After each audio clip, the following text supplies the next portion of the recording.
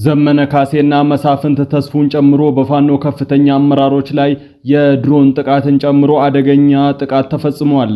በጥቃቱ ብዙዎች ሞተውበታል። ልዩ ሰበር ዜና ከባህር ዳር ደርሶናል። ከኛ ጋር ከሆናችሁ ተሰሙታላችሁ።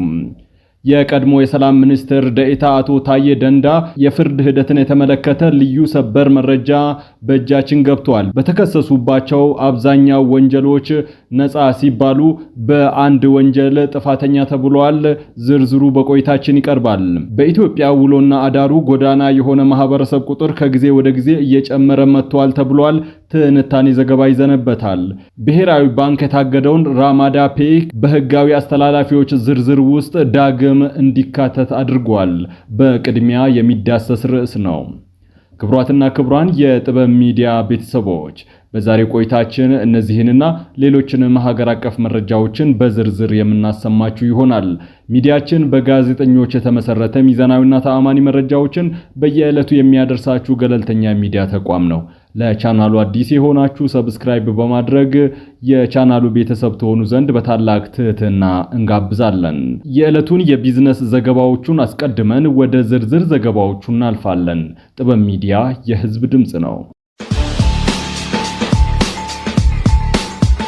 ዛሬ በዳሽን ባንክ አንድ የአሜሪካን ዶላር 150 ብር ከ4 ሳንቲም የአውሮፓ ዩሮ 174 ብር ከ5 ሳንቲም ተመንዝሯል። ፓውንድ ስተርሊንግ 203 ብር ከ1 ሳንቲም፣ የሳውዲ ሪያል 40 ብር ከ1 ሳንቲም እንዲሁም የተባበሩት አረብ ኤምሬቶች ድርሃም 41 ብር፣ የቻይና ዩዋን 20 ብር ከ8 ሳንቲም ሲመነዘሩ ውለዋል። በአቢሲኒያ ባንክ ዶላር 150 ብር ከ9 ሳንቲም፣ ፓውንድ ስተርሊንግ 199 ብር ከ4 ሳንቲም፣ የአውሮፓ ዩሮ 174 ብር ከ3 ሳንቲም እንዲሁም ድርሃም 43 ብር ከ5 ሳንቲም፣ የሳውዲ ሪያል 42 ብር ከ6 ሳንቲም፣ አንድ የቻይና ዩዋን 21 ብር በዛሬው ዕለት ተመንዝሯል። በህብረት ባንክ አንድ የአሜሪካን ዶላር 149 ብር ከ6 ሳንቲም፣ ፓውንድ ስተርሊንግ 195 ብር ከ7 ሳንቲም እንዲሁም አንድ የአውሮፓ ዩሮ 172 ብር ከ8 ሳንቲም ተመንዝሯል። ብሔራዊ ባንክ ያገደውን ራማዳ ፔይ በህጋዊ አስተላላፊዎች ዝርዝር ውስጥ ዳግም አካተተም። የኢትዮጵያ ብሔራዊ ባንክ በኢትዮጵያ ገንዘብ ማስተላለፍ አገልግሎት እንዲሰጥ ፍቃድ የሰጣቸውን የገንዘብ አስተላላፊ ድርጅቶችን ስም ዝርዝር ለህዝቡ ይፋ አድርጓል።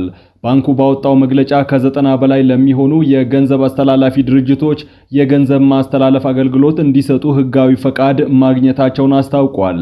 በመግለጫው ቀደም ሲል ገንዘብ ማስተላለፍ አገልግሎት እንዳይሰጥ ታግዶ የነበረው ዋና መስሪያ ቤቱ በአሜሪካ ቨርጂኒያ ግዛት የሚገኘው ራማዳ ፔይ ድርጅት በህጋዊ ገንዘብ አስተላላፊዎች ዝርዝር ውስጥ ዳግም እንዲካተት አድርጓል።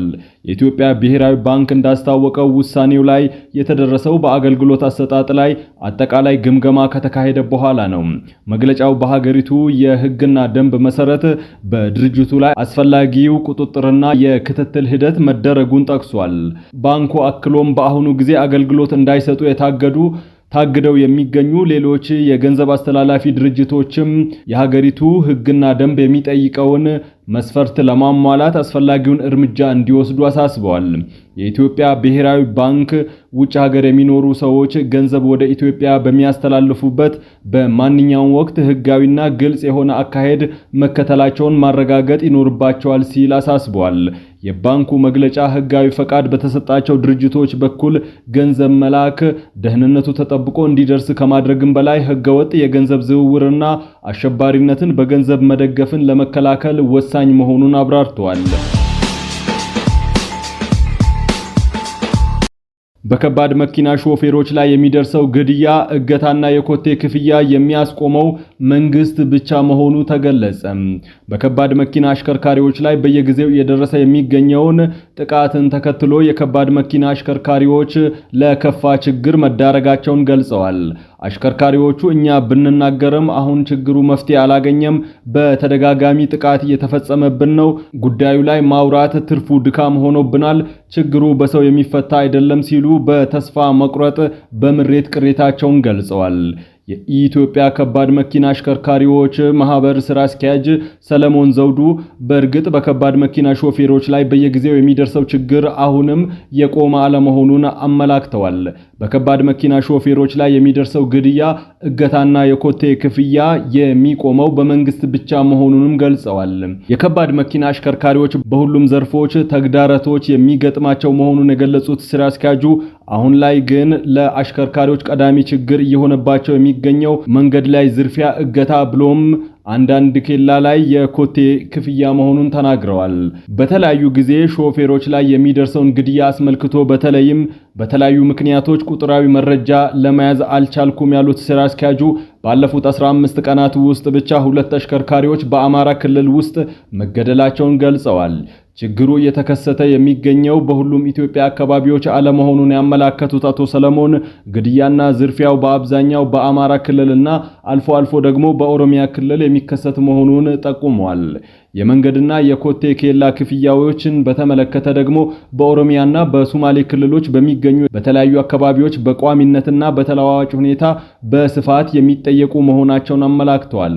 ኮቴና ኬላ ክፍያ በተያያዘ አልከፍልም በሚሉ ሾፌሮች ላይ የሚደርሱ ጥቃቶች መኖራቸውንም አንስተዋል። ማህበሩ ጉዳዩን ይዞ በሚንቀሳቀስባቸው የፌዴራልም ሆነ የክልል መስሪያ ቤቶች ኃላፊዎች ዘንድ ተቀባይነት ያለው ቢሆኑም ጉዳዩ ወደ መሬት ማውረድና የመፈጸም ችግር መኖሩን ጠቁመዋል። ስራ አስኪያጁ ማህበሩ ትላንት ህዳር 2 ቀን 2018 ከኦሮሚያ ክልል መንግስት የትራንስፖርት ኤጀንሲ ጋር ውይይት ማድረጋቸውን ጠቅሰዋል። በዚህም ከክልሉ ትራንስፖርት ኤጀንሲ ጋር ባደረጉት ውይይት የኮቴ ክፍያ እንዳይከፈል የሚል ውሳኔ መተላለፉን የገለጹት አቶ ሰለሞን መቼ ተግባራዊ ይደረጋል የሚለው ግን አላውቅም ሲሉ ተናግረዋል። ይሁን እንጂ ችግሮች ያለው ከተሞች ላይ መሆኑን ከተሞች ይህንን ክፍያ እንደ ገቢ ምንጭ የተጠቀሙበት በመሆኑ ለማስቆም ፈቃደኛ ለመሆናቸውን ገልጸዋል። ማህበሩ ከዚህ ቀደም በተደጋጋሚ መሰል ችግሮች ይከሰትበት በነበረው አፋር ክልል ባደረገው ውይይት ዛሬ ላይ በአካባቢው ሾፌሮች ላይ የሚደርሱ ጥቃቶች መቀነሳቸውን ስራ አስኪያጁ አመላክተዋል።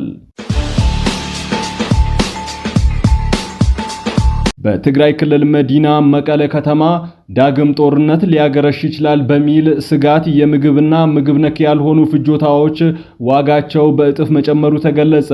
ህዝባዊ ወያኔ ሓርነት ትግራይ ጥቅምት 26 2018 ዓ.ም የአፋር ክልልን ወሰን አልፎ በክልሉ የተለያዩ ከተማዎችና ወረዳዎች ፈጽሞታል ሲል ክልሉ ከገለጸው ጥቃት ወዲህ በመቀለ ከተማ በከፍተኛ ሁኔታ መደበኛ እንቅስቃሴ መቀዛቀዙን ነዋሪዎች ገልጸዋል። ስማቸውን ከመግለጽ የተቆጠቡ አንድ የመቀለ ከተማ ነዋሪ እንደተናገሩት ጥቃቱ ተፈጽሟል ከተባለ ጊዜ ወዲህ የቀድሞ ጦርነት ይቀሰቀሳል በሚል ስጋት ነዋሪዎች ጭንቅ ውስጥ መግባታቸውን ገልጸዋል። አተርፍ ባይ ሲሉ የገለጿቸው ነጋዴዎች ሁኔታውን ተጠቅመው ለማትረፍ በምግብና ምግብ ነክ ባልሆኑ ፍጆታዎች ላይ ከፍተኛ የዋጋ ጭማሪ ማድረጋቸውን ገልጸዋል። ለአብነትም 5 ሊትር ዘይት ዋጋ ይሸጥበት ከነበረው 1500 ብር 1800 ብር ማሻቀቡን አመላክተዋል። በክልሉ ከሚመረቱና በቅርበት ከሚገኙ አትክልት ምግቦች ባሻገር በሌሎች እንደ መኮረኒና ሩዝ የመሳሰሉ ምግቦች ላይ ከ20 እስከ 30 በመቶ የዋጋ ጭማሪ እንደተደረገባቸው ተናግረዋል። ይህ በወንድማማች ህዝቦች መካከል በየጊዜው የሚነሳ ግጭትና ጦርነት ለማንም አያስፈልግም የሚል ጥያቄ በህብረተሰቡ ዘንድ እንዳለ የተናገሩት አስተያየት ሰጪው በሸቀጦች ላይ ዋጋ ከመጨመር ባለፈ ምርቶች እየተደበቁ መሆኑን ተናግረዋል።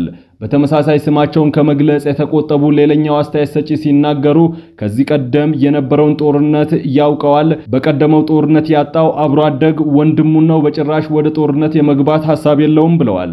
የመቀለ ከተማ ከ2 ዓመታት አውዳሚ ጦርነት ለማገገም እንቅስቃሴ ላይ ባለችበት በዚህ ጊዜ የተከሰተው የባለፈው ሳምንት ጥቃት ዛሬ ከተማዋን ወደ መቀዛቀዝ እንድትገባ እንዳደረጋት ተናግረዋል። ሌላኛው ነዋሪ በበኩላቸው ህብረተሰቡ ጦርነት ከተነሳ በሚል እያደረገ የሚገኘውን ቅድመ ጥንቃቄ ጠቅሰዋል። እሱም ገንዘብ ከባንክ በማውጣት ማስቀመጥ ሲሆን በዚህም በባንክ ቤቶች አካባቢ ረጅም ሰልፎችና መጨናነቆች እንዲታዩ አድርጓልም ብለዋል። በባንኮች በኩልም ጥሬ ገንዘብ የለም የሚሉ ምላሾች የተሰጡ መሆኑን የጠቀሱት ነዋሪው ዳግም ግጭት ይቀሰቀሳል የሚል ስጋት መፍጠሩንም ተናግረዋል። ይህን የጦርነት ደመና በመስጋት ገንዘብ የሌለው ጭምር ከዚህም ከዚያም ተበድሮ አስቤዛ ለመግዛት እየሞከረ መሆኑን በምሬት ተጨንቀው ተናግረዋል። የትግራይ ህዝብ ጦርነትን በውል ያውቀዋል፣ ዳግም እንዲቀሰቀስ አይፈልግም፣ ወጣቱ ራሱን ከዚህ እንዲያገል ሲሉ ጥሪ አስተላልፈዋል። የቀድሞ የሰላም ሚኒስትር ደኢታ አቶ ታዬ ደንዳ ዛሬ ፍርድ ቤት ቀረቡ። በፌደራል ከፍተኛ ፍርድ ቤት ልደታ ምድብ ጸረ ሽብር ችሎት በዛሬው ውሎ ከጠላት ጋር መተባበር በሚል በአንቀጽ 251 ሐመርሃ እንዲሁም በመገፋፋትና ግዙፋዊ መሰናዶ አንቀጽ 257 ሰ እንዲሁም የጸና ፍቃድ ሳይኖር የጦር መሳሪያ ይዞ በመገኘት በሚሉ 3 ተደራራቢ ወንጀሎች ተከሰው በክርክር ሂደት ላይ እንደነበሩ ይታወቃል። ይሁን እንጂ የቀድሞ ሰላም ሚኒስትር ደኢታ አቶ ታዬ ደንዳን መዝገብ ሲመረምር የነበረው አንደኛ ጸረ ሽብርና ህገ መንግስታዊ ጉዳዮች ወንጀል ችሎት ህዳር 3 ቀን 2018 ዓ.ም ባስተላለፈው ውሳኔ ተከሳሹ ከተጠረጠሩባቸው 2 ወንጀሎች ነፃ ናቸው ብለዋል። ጠበቃቸው አበራ ንጉስ በሁለቱ መጀመሪያ ክሶች በቀረቡት የሰውና የሰነድ እንዲሁም የቪዲዮ ማስረጃዎች በበቂ ሁኔታ ተከላክለዋል በማለት በአብላጫ ድምጽ በነፃ እንዲሰናበቱ ፍርድ ቤቱ ብይን ቢሰጥም ሶስተኛ ደረጃ ለቀረበባቸው የጸና ፍቃድ ሳይኖር የጦር መሳሪያ ይዞ መገኘት ወንጀል ግን ባቀረቧቸው ማስረጃዎች በበቂ ሁኔታ ማስተባበል አልቻሉም በማለት የጥፋተኝነት ፍርድ በሙሉ ድምጽ ተሰጥቶባቸዋል ብለዋል።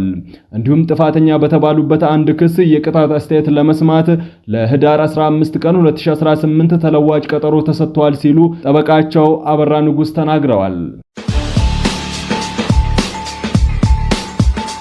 ውሎና አዳራቸው ጎዳና ላይ የሚያደርጉ ዜጎች ቁጥር እየጨመረ እንደሆነ ተገለጸ።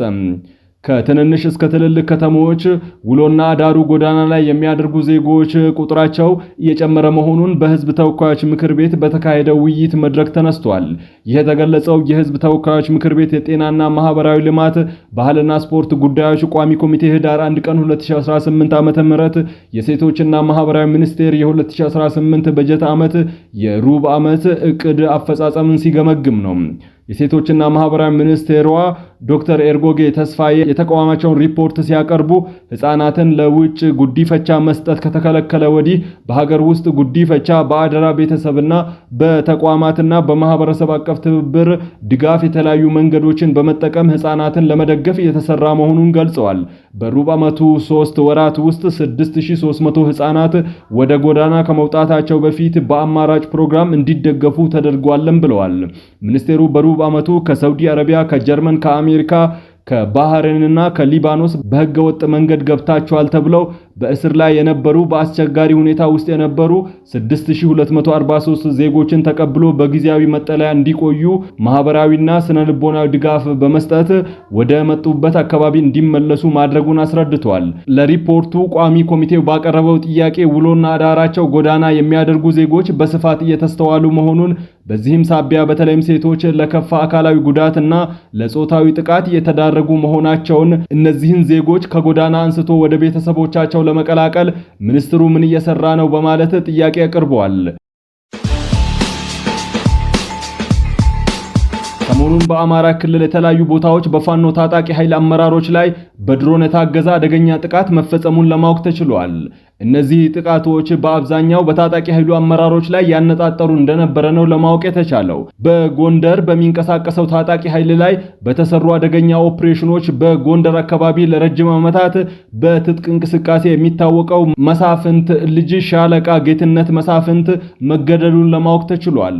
በጎጃም ቀጠና እንዲሁም የታጣቂ ኃይሉ ከፍተኛ አመራር ዘመነ ካሴ ላይ ያነጣጠረ ኦፕሬሽን መሰራቱ ተዘግቧል። በዚህ ቀጠና በተደረጉ ውጊያዎች ብዙ የታጣቂ ኃይሉና የመንግስት የጸጥታ ኃይል ከፍተኛ አመራሮች መገደላቸው ተገልጿል። ዘመነ ካሴ ላይ የደረሰ ጉዳት ለመኖር አለመኖሩ ይህ ዜና እስከተጠናከረበት ጊዜ ድረስ የታወቀ ነገር የለም። ክቡራትና ክቡራን የጥበብ ሚዲያ ቤተሰቦች ለሰዓቱ የመራረጥናቸው ዘገባዎቻችን በዚህ አብቅተዋል። ከኛ ጋር በመሆን መረጃን ከጥበብ ስለተከታተላችሁ ከልብ እናመሰግናለን። ለቻናሉ አዲስ የሆናችሁ ሰብስክራይብ በማድረግ የደወል ምልክቷን በማብራት የቤቱ አባል ትሆኑ ዘንድ በአክብሮት ጋብዘን ተሰናበትን። ሰላም።